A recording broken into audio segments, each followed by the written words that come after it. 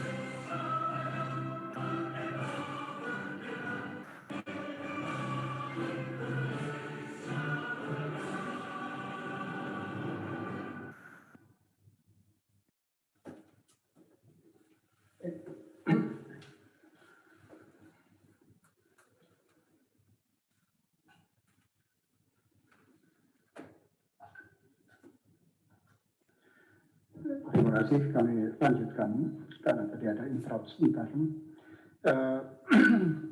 Yang kami hormati seluruh peserta, Kepala BKD, BKP SDM, Kepala Biro SDM, instansi pusat dan daerah yang hadir pada kegiatan sosialisasi pada pagi hari ini. Pertama-tama tentu kita patut bersyukur bahwa kita semua masih diberikan kesehatan sehingga bisa melaksanakan kegiatan sosialisasi persiapan pelaksanaan seleksi calon aparatur sipil negara tahun 2022 pada pagi hari ini. Bapak Ibu yang saya hormati, saya akan coba untuk share screen terkait dengan bagaimana kita akan melakukan persiapan pelaksanaan seleksi tahun 2022 ini terkait dengan sebagaimana disampaikan oleh Pak Deputi SDMA tadi.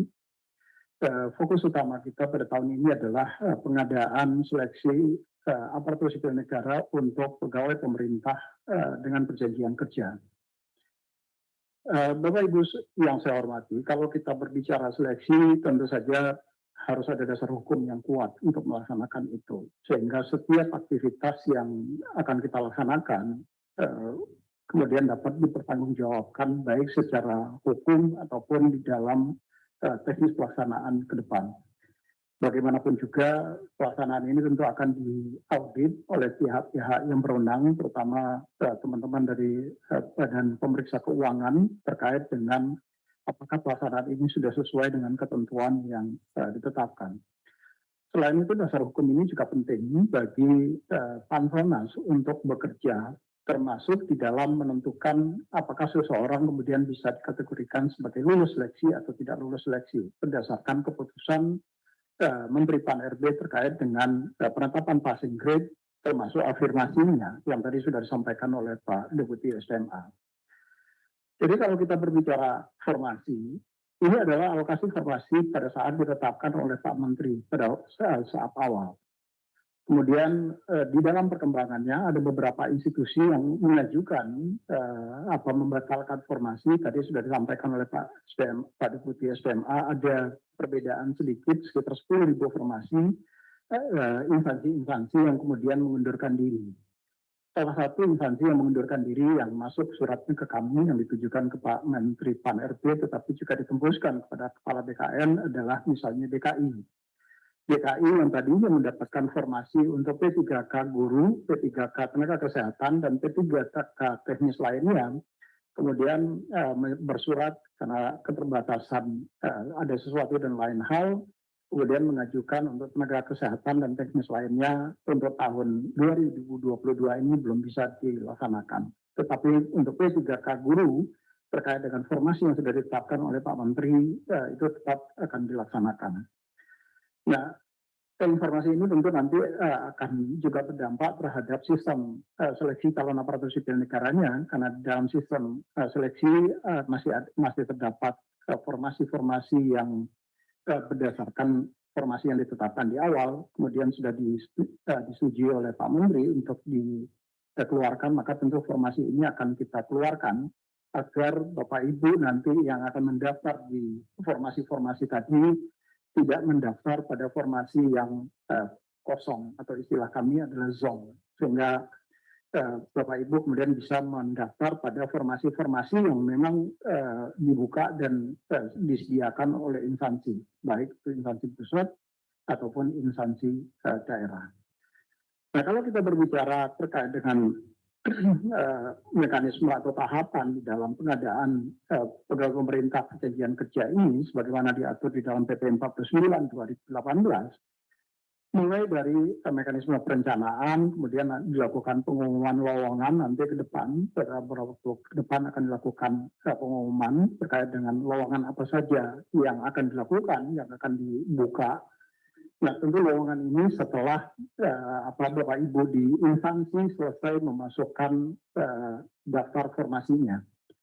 Untuk instansi daerah, prosesnya sudah selesai dilakukan karena sifatnya diinjek langsung ke dalam database sistem seleksi calon aparatur sipil negara. Dan saat ini sedang dilakukan verifikasi dan validasi atas kesesuaian SK Menteri Pan-RB terkait dengan penetapan formasi dengan yang data-data yang sudah masuk di dalam database sistem seleksi. Nah, yang masih berproses saat ini adalah formasi-formasi yang ada di instansi dan instansi pusat, kementerian dan lembaga. Saat ini masih di dalam proses input. Ibu Menpan beberapa waktu yang lalu telah bersurat kepada seluruh sekjen sesama dan sesmen di kementerian lembaga yang mendapatkan formasi pada tahun ini untuk segera menyelesaikan input data formasi tadi paling lambat tanggal 28 Oktober 2022. 28 Oktober 2022 artinya besok Bapak Ibu di instansi kementerian lembaga diharapkan sudah bisa menyelesaikan input data formasi yang ke dalam sistem seleksi calon aparatur sipil negara ini. Nah, setelah Bapak Ibu selesai melaksanakan input data formasi tadi, nanti BKN, kantor pusat BKN dalam hal ini adalah Direktorat Pengadaan dan Kepangkatan akan melakukan verifikasi terhadap formasi tadi, apakah formasi yang sudah Bapak Ibu input ke dalam sistem seleksi calon aparatur sipil negara konsisten dengan surat keputusan Menteri Pan-RB terkait dengan penetapan formasi bagi kementerian lembaga. Nah, setelah formasi ini clear dan bersih, baru kita akan membuka sistem seleksi tadi supaya Bapak Ibu kemudian bisa memilih formasi-formasi yang sesuai dengan latar belakang pendidikan Bapak Ibu. Dan Bapak Ibu kemudian bisa melakukan pelamaran melamar melalui sistem, tidak ada transaksi apapun di situ, Bapak Ibu cukup mendaftar melalui sistem seleksi calon aparatur sipil negara. Kemudian dilakukan seleksi, ada 2 seleksi yang dilakukan karena ini adalah P3K. Kalau untuk PNS ada 3 tahapan seleksi, yaitu seleksi administrasi, seleksi kompetensi dasar, dan seleksi kompetensi bidang untuk melihat kesesuaian antara kualifikasi pendidikan dengan bidang pekerjaan yang akan Bapak Ibu lamar. Tetapi karena ini adalah P3K, maka seleksinya hanya ada 2, yaitu seleksi administrasi dan seleksi kompetensi. Kemudian setelah dilakukan seleksi, nanti akan ada pengumuman hasil seleksi dan selanjutnya dilakukan pengangkatan menjadi pegawai pemerintah dengan perjanjian kerja. Bapak Ibu tentu nanti begitu diangkat, usulan pengangkatan, Bapak Ibu harus mengisi daftar riwayat hidup melalui sistem juga, dan nanti berdasarkan data riwayat hidup yang sudah Bapak Ibu sampaikan, maka akan diterbitkan nomor induk P3K bagi Bapak Ibu yang lulus seleksi tadi. Nah, di dalam proses seleksi, tadi kami sampaikan semua menggunakan teknologi, kita tidak lagi menggunakan ada proses manual, mulai dari pengumuman sampai dengan pendaftaran semua melalui sistem seleksi calon aparatur sipil negara, yang dalam hal ini nanti tentu Bapak Ibu akan memilih sistem seleksi pegawai pemerintah dengan perjanjian kerja. Nah, setelah nanti Bapak Ibu melakukan pendaftaran, kemudian akan ada seleksi. Seleksinya juga menggunakan teknologi. Untuk Bapak Ibu guru, maka seleksinya nanti akan menggunakan sistem ujian nasional berbasis komputer teman-teman di Kementerian Dikbud. Sedangkan untuk tenaga kesehatan itu akan menggunakan sistem komputer assisted testnya Badan Kepegawaian Negara. Kenapa kita bagi? Karena waktunya sangat pendek. Waktu untuk bulan Desember, maka kalau ini tidak kita bagi bebannya, maka dikhawatirkan nanti pelaksanaan seleksinya akan lewat dari tahun anggaran. Nah, tetapi mekanisme transfer data yang kita lakukan itu tidak dilakukan secara manual. Data akan dienkripsi dan disampaikan melalui sistem seleksi calon, sistem pengolahan data hasil seleksi SSCASN pengolahan nilai. Dan begitu dilakukan pengolahan nilai sesuai dengan passing grade yang sudah ditetapkan oleh keputusan Menteri Pan-RB dan afirmasinya, maka hasil kelulusan ditandatangani juga dengan menggunakan digital signature. Jadi tidak ditandatangani secara basah. Dan setelah ditandatangani dengan menggunakan tanda tangan digital, maka hasil seleksi Bapak Ibu bisa langsung mendownload dan mengumumkan di portal Bapak Ibu masing-masing instansi. Nah, bagaimana sistem mekanismenya? Jadi nanti akan pertama tentu akan dilakukan sinkron data terkait dengan formasi tadi untuk memastikan bahwa setiap formasi yang sudah ditetapkan oleh Pak Menteri itu betul-betul konsisten dengan yang ada di dalam database yang nanti akan Bapak Ibu pilih. Kemudian admin dari masing-masing instansi melakukan setting terhadap beberapa variabel yang harus dilakukan di situ, termasuk waktu pendaftaran, tanggal dan jam berapa pendaftaran itu akan ditutup. Dan tentu ini akan seragam untuk seluruh nasional. Kemudian setelah dilakukan setting beberapa variabel tadi, kemudian dilakukan pembukaan untuk pendaftaran. Banyak Bapak Ibu guru yang bertanya kepada kami kapan sih ini akan dibuka gitu. Saya selalu mengatakan ini akan dibuka setelah formasinya tadi betul-betul clear dan clean. Karena jangan sampai nanti Bapak Ibu terjebak mendaftar pada formasi yang sebetulnya formasinya ternyata tidak ada gitu. Ini tentu untuk kepentingan Bapak Ibu semua, kami ingin memastikan bahwa Bapak Ibu kemudian tidak mendaftar pada formasi yang kosong. Kemudian setelah itu Bapak Ibu membuat akun dan melakukan pendaftaran dan memilih formasi yang akan Bapak Ibu lamar. Setelah Bapak Ibu melamar, kemudian ada tugas instansi untuk melakukan verifikasi terhadap persyaratan administrasi yang Bapak Ibu sampaikan dan melakukan pengumuman hasil verifikasi administrasi tadi. Setelah itu ada periode sanggah Bapak Ibu yang merasa dirugikan selama di dalam proses seleksi administrasi, Bapak Ibu bisa mengajukan sanggah kepada instansi. Kenapa misalnya Bapak Ibu kemudian tidak masuk atau tidak lulus. Mekanisme sanggah ini wajib dijawab oleh instansi karena mereka kemudian yang melakukan verifikasi terhadap seleksi administrasi tadi. Setelah masa sanggah lewat waktunya, maka akan diumumkan hasil orang-orang yang lulus seleksi administrasi, kemudian BKN maupun teman-teman di Kementerian Dikbud menyusun jadwal untuk pelaksanaan seleksinya. Setelah kita umumkan jadwalnya, dilakukan seleksi, dan hasil seleksi juga setiap hari dengan menggunakan enkripsi yang disiapkan oleh teman-teman di Badan Cyber dan Sandi Negara, disampaikan menggunakan API service ke sistem pengolahan nilai. Nah, setelah dilakukan pengolahan nilai, baru diumumkan hasil seleksinya sebelum sanggah.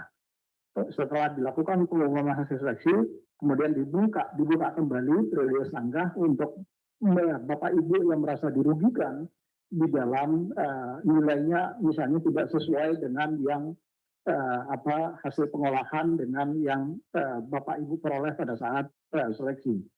Di periode sanggah ini kemudian kalau ternyata Bapak Ibu benar, tentu ada perubahan di dalam penilaiannya, kemudian tetapi tentu saja nanti karena ini semua akan terrecord di dalam database server sistem seleksi, maka tentu instansi wajib untuk menjawab atas sanggahan yang Bapak Ibu sampaikan.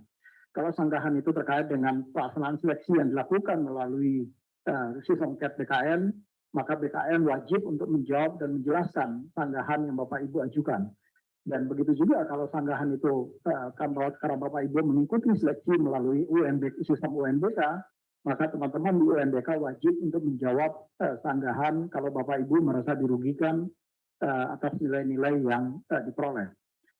Kemudian setelah setelah selesai jawaban sanggah, dilakukan pengolahan nilai akhir dan baru kemudian dilakukan pengumuman kelulusan. Nah, setelah pengumuman kelulusan akhir, baru kemudian dilakukan pemberkasan untuk penetapan nomor induk calon aparatur sipil negara atau nomor induk P3K yang Bapak Ibu semua. Nah, ini adalah proses bisnis secara keseluruhan. Peserta membuat akun bagi PPK ini bagi peserta membuat akun. Sistem seleksi calon aparatur sipil negara akan memvalidasi data Bapak Ibu, membandingkan dengan data NIK yang ada di Dukcapil. Jadi nanti akan divalidasi by sistem ke Dukcapil untuk memastikan Bapak Ibu memang nomor induk kependudukannya konsisten dengan data yang ada di dalam database Dukcapil. Nah, bagi yang teman-teman di tenaga kesehatan, karena ini adalah seleksi untuk tenaga kesehatan dilakukan secara tertutup, nah, artinya tertutup dilakukan hanya bagi mereka yang terdaftar di dalam database PHK2 BKN yang berprofesi sebagai tenaga kesehatan dan database sistem informasi SDM kesehatan yang di Kementerian Kesehatan, maka dilakukan filtering terhadap data di SI SDMK. Kemenkes untuk memastikan bahwa Bapak Ibu memang terdaftar di dalam dua database tadi, baik itu database PHK2 ataupun di dalam database SI SDMK.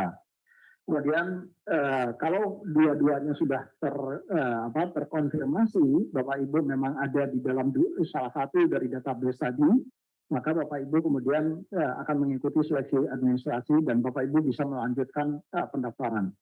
Dan kemudian dilakukan seleksi administrasi oleh instansi. Setelah seleksi administrasi ada sanggah dan peserta yang lulus seleksi akan mengikuti seleksi berbasis komputer menggunakan sistem CAT BKN. Untuk guru juga sama, tetapi guru ada skema. Jadi ada skema yang P1, P2, dan P3 atau fasilitas umum. Tadi sudah disampaikan oleh Pak Deputi SDMA, untuk yang P1 ini diprioritaskan bagi mereka-mereka yang sudah lulus passing grade pada seleksi tahun 2021 yang lalu. Ini by system akan ditempatkan mereka-mereka ini akan ada di prioritas mana? Prioritas 1, prioritas 2, atau prioritas 3.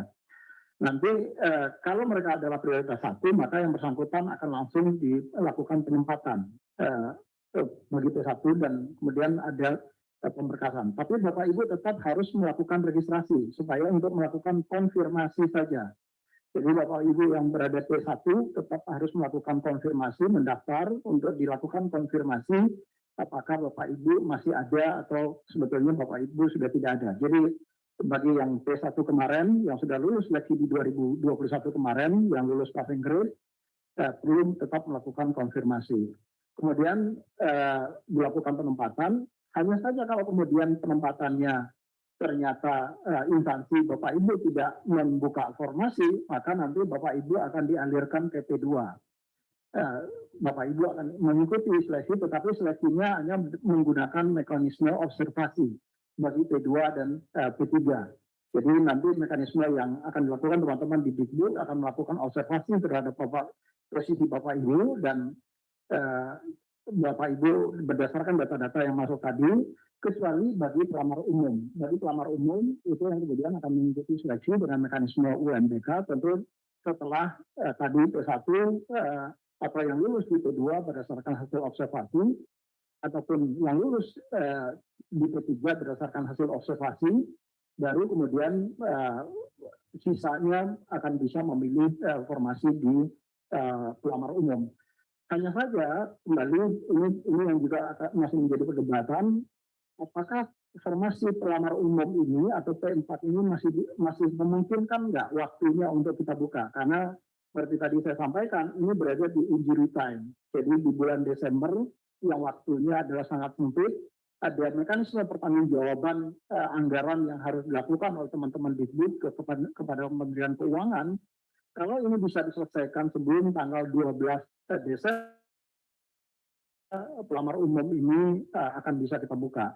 Ini yang nanti kami perlu mendapatkan kepastian dari teman-teman Dikbud, apakah kita akan membuka formasi di pelamar umum ini.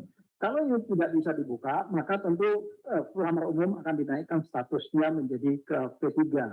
Nah, ini yang nanti perlu tapi P3 dan P2 dan P3 tentu akan digabung nanti posisinya, karena mereka adalah berada pada level yang sama dan mereka adalah yang juga sudah terdaftar di dalam database-nya Dapodik maupun PHK2-nya BKN. Jadi ada skema penyederhanaan kalau misalnya 3 tahapan ini tidak memungkinkan waktunya kita laksanakan pada tahun ini juga. Itu salah satu yang kemudian akan menjadi kendala di dalam waktu yang pendek ini. Nah, setelah semua sesuai dengan posisinya, saya memang hari ini, tadi malam teman-teman di Kementerian Dikbud sudah menyelesaikan mekanisme pertukaran data antara sistem seleksi calon aparatur sipil negara dengan sistem di database Dapodik. Hari ini akan dilakukan uji coba, ini sedang berlangsung. Teman-teman di Dikbud sedang ada di Badan Kepegawaian Negara untuk melakukan simulasi supaya tidak ada orang yang salah kamar, supaya tidak ada orang yang kemudian misalnya dia sebetulnya honor di SD1 tetapi kemudian SD1-nya karena buka formasi tapi ternyata terlempar ke SD nomor 3 misalnya. Nah, ini harus dipastikan betul Bapak Ibu, kemudian tidak ada yang salah kamar. Kadangkala sudah kita pastikan pun masih tetap saja karena datanya ada ratusan ribu di database Dapodik, potensi-potensi seperti itu tetap masih ada. Tetapi ini yang kita coba antisipasi semaksimal mungkin potensi risiko tadi dengan simulasi yang kita lakukan bersama-sama dengan teman-teman di Kementerian Dikbud. Kalau simulasi ini kemudian sukses pada hari ini dan instansi pusat bisa menyelesaikan penginputan formasi sebagaimana surat Ibu Sesmen Pan RW yaitu besok, maka kami optimis paling lambat tanggal 31 Oktober besok sistem seleksi ini sudah bisa kita buka untuk Bapak Ibu bisa melakukan pelamaran. Tetapi kalau ini belum selesai, maka tentu saja kami harus memastikan terlebih dahulu formasi-formasi tadi Bapak Ibu kemudian tidak mendaftar pada formasi yang zong atau yang sebetulnya tidak dibuka tetapi masih ada di dalam database SSCISN. Nah, setelah dilakukan seleksi melalui mekanisme UNBK dengan sistem UNBK, maka seluruh hasil seleksi tadi disampaikan diolah melalui sistem pengolahan di SSCISN yang algoritmanya tentu disesuaikan dengan keputusan Menteri Pan RB, termasuk juga afirmasinya yang tadi sudah disampaikan oleh Pak Deputi SDMA. Kemudian baru dilakukan sanggah kalau Bapak Ibu ada yang merasa dirugikan dari hasil pengolahan itu, dilakukan sanggah dan baru pengumuman hasil akhir terhadap ketentuan apakah Bapak Ibu lulus seleksi atau tidak lulus seleksi. Nah, tahun ini belajar dari pengalaman tahun lalu, banyak sekali ya ini orang Indonesia kalau masih bisa curang ya kenapa tidak curang gitu. Itu yang kami berusaha untuk memperbaiki. Tahun lalu banyak sekali dari Bapak Ibu yang kemudian harus digugurkan karena Bapak Ibu menggunakan materai palsu. Jadi padahal menggunakan materai palsu itu adalah kejahatan serius Bapak Ibu karena itu diatur di dalam undang-undang perpajakan kita. Jadi tahun ini kemudian kami menyiapkan sistem pendaftaran itu dengan menggunakan e-materai. Jadi kita tidak lagi menggunakan materai fisik, tetapi menggunakan elektronik materai, dan kami bekerja sama dengan teman-teman di Peruri, dan Peruri sudah menyediakan beberapa provider untuk memudahkan Bapak Ibu bisa membeli e-materai untuk dicantumkan di dalam formulir lamaran Bapak Ibu. Dan nempel di dalam sistemnya. Nah, kalau begitu nempel nanti dia juga akan terkonfirmasi kepada sistemnya Peruri dan terkonfirmasi di dalam sistem e-materainya BKM. Kalau Bapak Ibu menggunakan e-materai tentu Bapak Ibu juga akan lebih dimudahkan, lebih diuntungkan karena Bapak Ibu tidak perlu kemudian mencari materai kemana-mana. Yang kedua juga Bapak Ibu tidak perlu lagi kemudian menempel, kemudian harus mengirimkan berkas. Di foto terus dikirimkan, tetapi langsung sistem langsung menampilkan di situ. Ada beberapa yang provider yang disiapkan oleh Peruri, yaitu ada di Pajakku, ini yang dikelola oleh teman-teman di Dijen Pajak, kemudian ada Finnet, kemudian ada Mitracom, Eka Sarana, dan Peruri sendiri, dan Koperasi Swadharma. Jadi silakan pilih di antara yang paling mudah bagi Bapak Ibu untuk memilih, yang penting e-materainya tertempel di dalam surat lamaran yang Bapak Ibu ajukan. Ini adalah jumlah soal yang nanti akan diujikan di seleksi kompetensi teknis. Totalnya ada sekitar 145 soal, 90 soal untuk kompetensi teknis, seleksi kompetensi manajerial 25, sosiokultural 20, dan wawancara 10. Kalau untuk seleksi kompetensi teknis nilainya Bapak Ibu benar, jawaban Bapak Ibu benar, maka Bapak Ibu mendapatkan nilai 5, tetapi kalau salah, Bapak Ibu tidak mendapatkan nilai atau 0 atau tetap nilainya. Begitu juga dengan kompetensi manajerial, nilainya tidak fix karena ini adalah yang dilihat kecenderungan Bapak Ibu di dalam melaksanakan sistem manajemen. Jadi nilainya adalah dalam bentuk range 1 sampai dengan 4. Kalau kecenderungan Bapak Ibu sangat baik misalnya, maka Bapak Ibu akan mendapatkan nilai 4. Tetapi kalau jauh dari yang ekspektasi, maka tentu Bapak Ibu akan mendapatkan nilai 1. Yang Bapak Ibu tidak akan mendapatkan. Jadi saran kami, apapun misalnya kalau Bapak Ibu tidak memahami, ya jawab saja. Paling tidak Bapak Ibu mendapatkan nilai 1, syukur-syukur mendapatkan nilai 4. Untuk sosiokultural juga sama, nilainya dalam bentuk range dari 1 sampai dengan 5.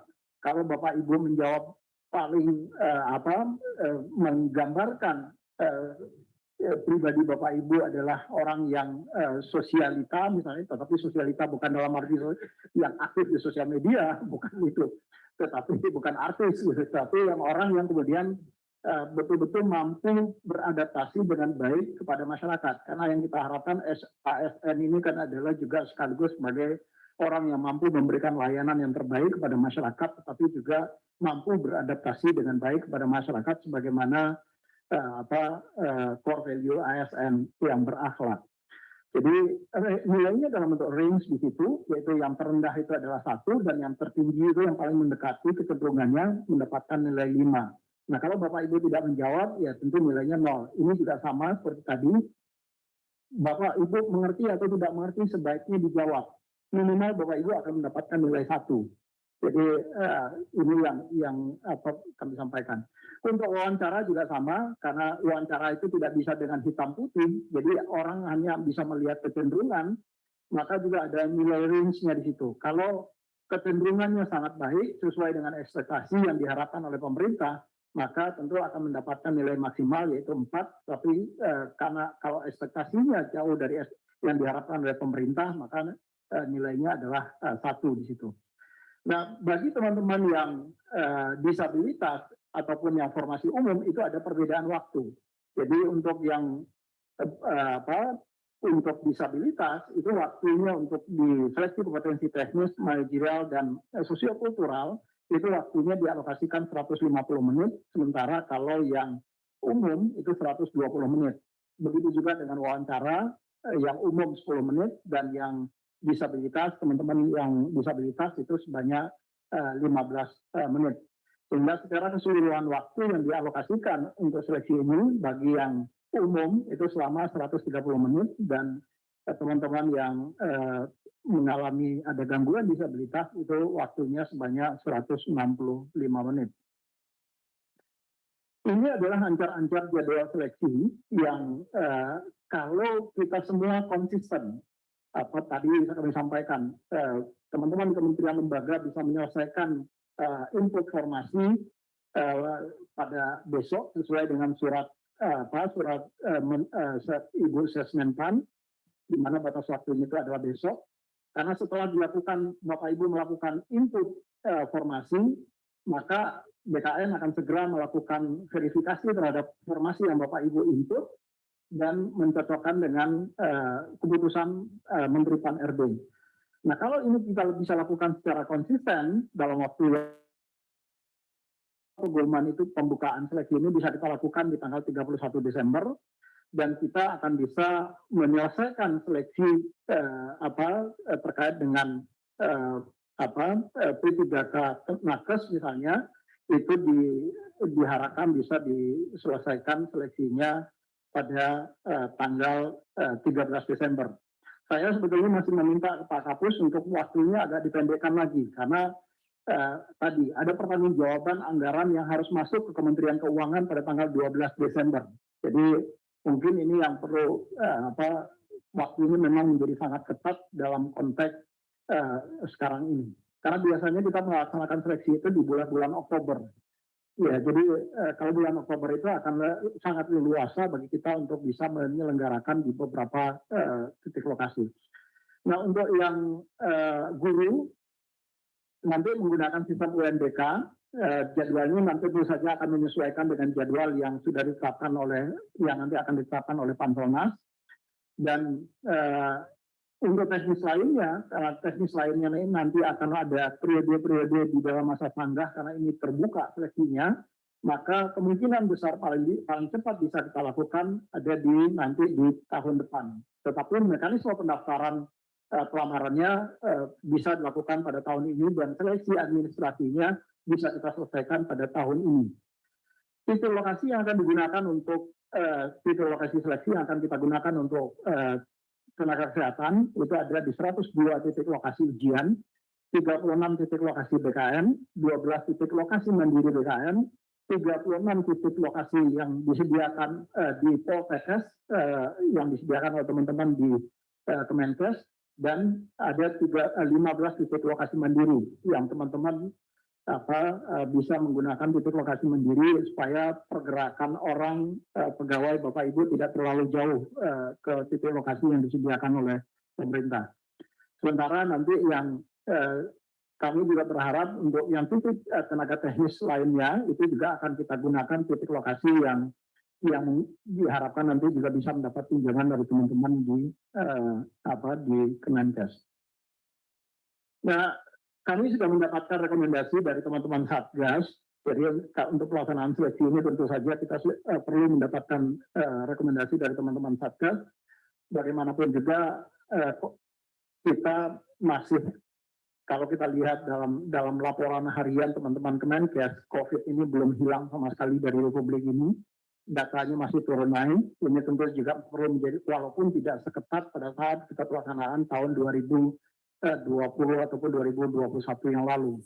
Nah, tetapi tentu saja nanti Bapak Ibu tetap perlu menginstal aplikasi Peduli Lindungi untuk memastikan bahwa Bapak Ibu memang kemudian tidak ada potensi COVID.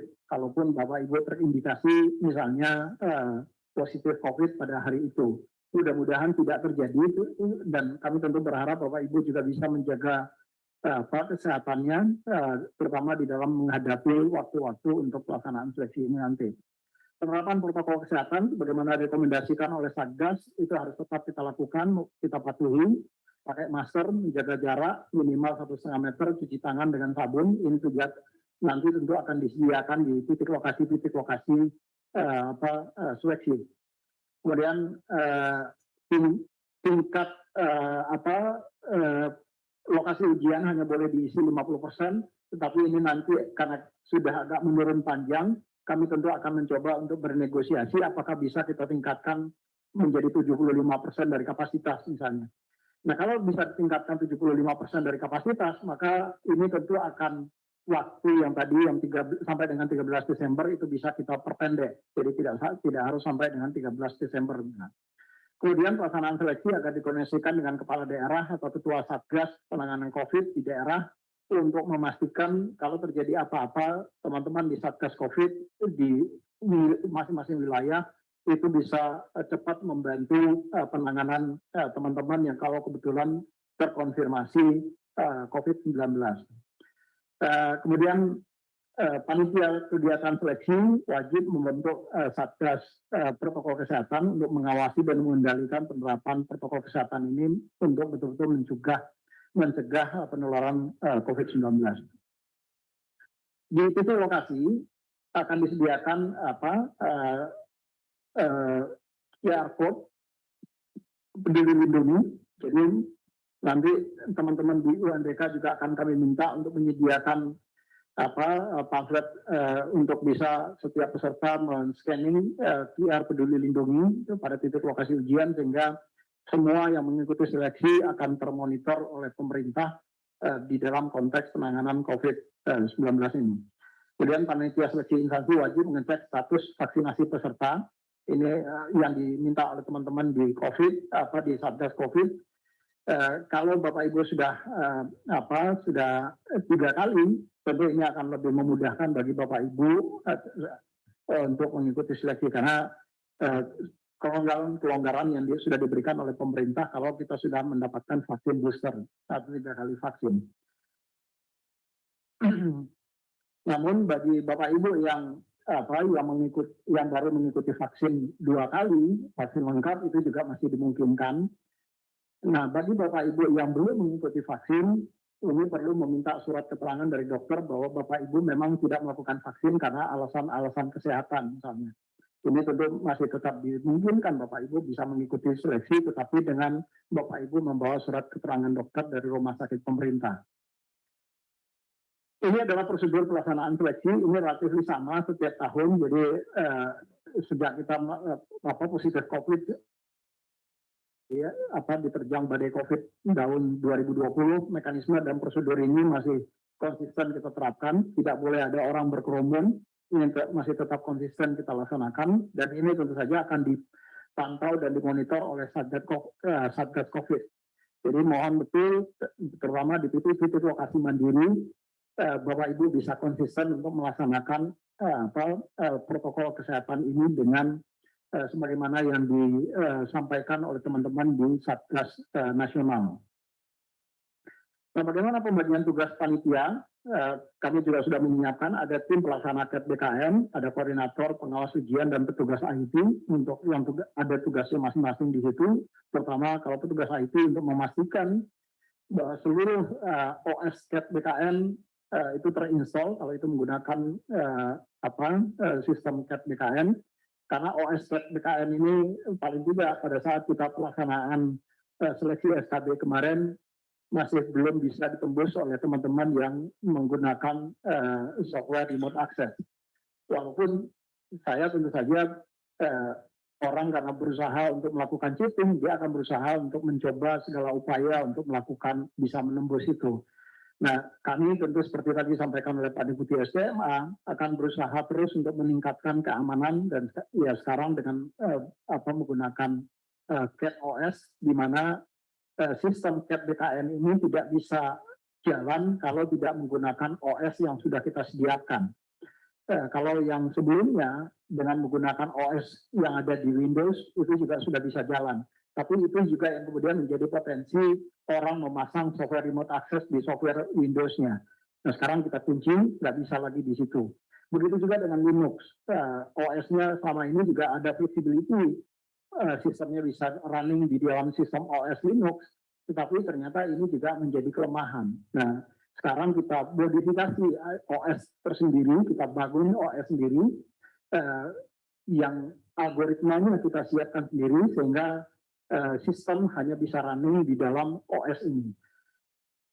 Ini yang sekarang kami coba untuk lakukan perbaikan. Yang kedua adalah, karena ini juga kemarin sempat ditanya oleh Pak Menteri, yang kedua adalah sistem enkripsi.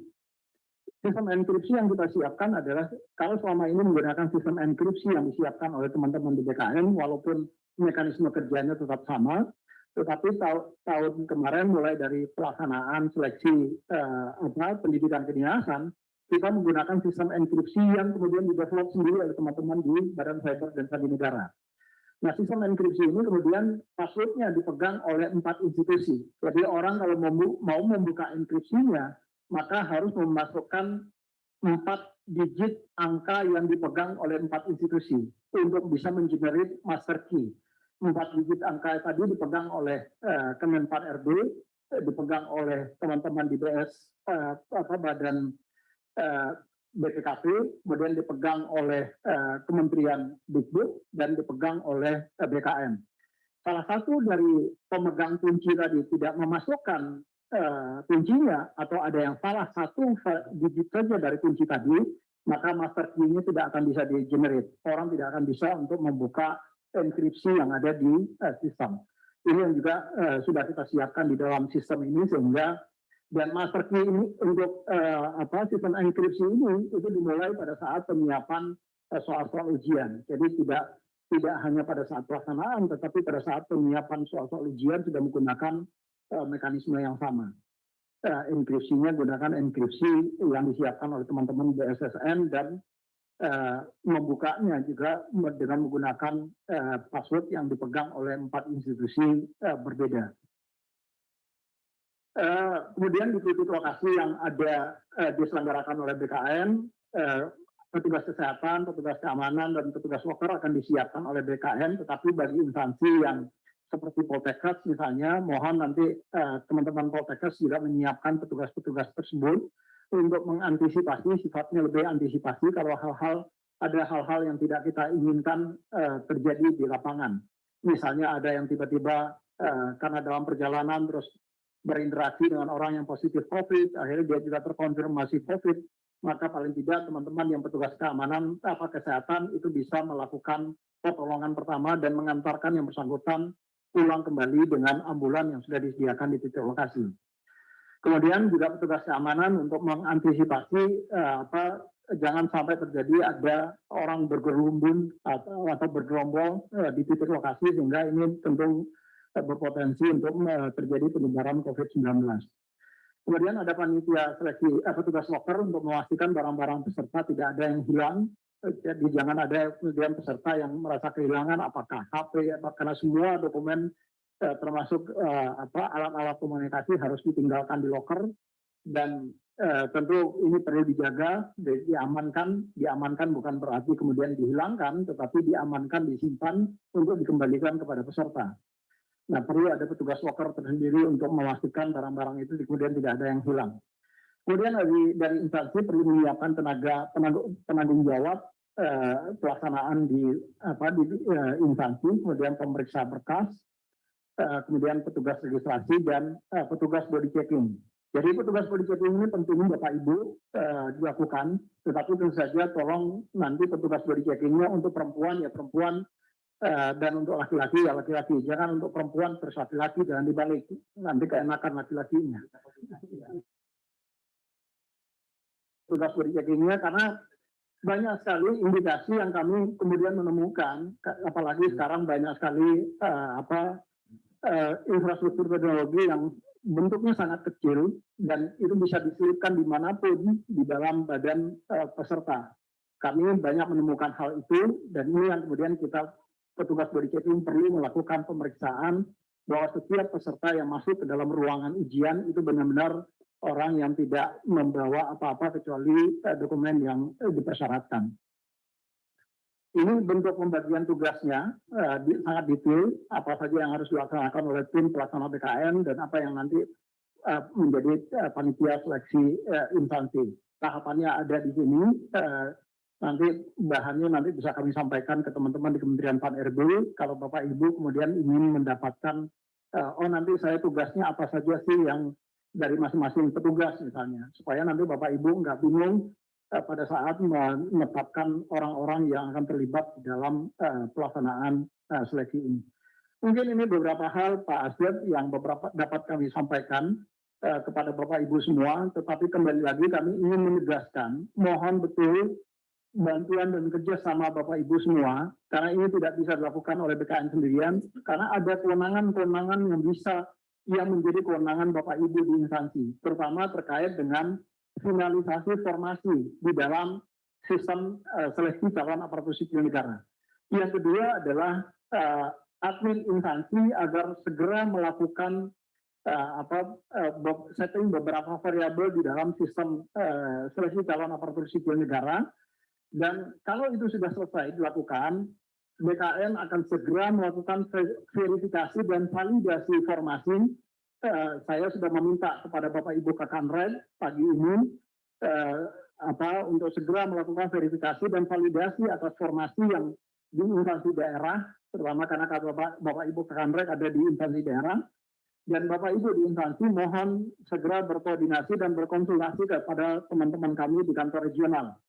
Sementara untuk di kantor pusat, kami juga sudah berkoordinasi dengan Direktur Pengadaan dan Kepangkatan yang akan melakukan verifikasi formasi yang di instansi pusat. Nah, tetapi ini belum bisa bekerja karena Bapak Ibu tadi saya sampaikan, terutama di instansi pusat baru 18 instansi yang sudah menyelesaikan input formasi ke dalam sistem seleksi calon aparatur sipil negara ini. Kami berharap pada tanggal 28 Oktober besok Bapak Ibu sudah betul-betul menyelesaikan sesuai dengan suratnya Ibu Sesmenpan. Karena kalau ini tidak selesai, maka potensi molornya juga akan besar. Kami sampaikan tadi, kita berada di injury time. Kalau ini betul-betul akan kita laksanakan pada tahun ini, maka mohon juga bantuan dan kerjasama Bapak Ibu semua untuk bersama-sama kita dengan BKN melakukan percepatan-percepatan terkait dengan penyelesaian formasi ini. Sehingga supaya BKN juga bisa kemudian melakukan verifikasi terhadap formasi, dan memastikan formasi tadi betul-betul sudah sesuai dengan surat Menpan, surat keputusan Menpan, maupun surat edaran Dirjen Nakes terkait dengan kualifikasi pendidikan di masing-masing formasi jabatan. Nah, kalau ini kita bisa lakukan secara bersama-sama, bergotong royong, kami optimis ini bisa kita lakukan kita buka pada tanggal 31 Oktober besok. Tapi kalau Bapak Ibu kemudian juga tidak melaksanakan tugasnya, maka ini tentu akan menjadi kendala besar bagi kita semua, dan tentu terutama bagi kami di Kementerian Pan-RB dan BKN terkait dengan pelaksanaan seleksi ini. Itu beberapa hal yang dapat kami sampaikan. Terima kasih. Assalamualaikum warahmatullahi wabarakatuh. Waalaikumsalam. Terima kasih Pak Deputi tadi yang sudah menyampaikan secara lengkap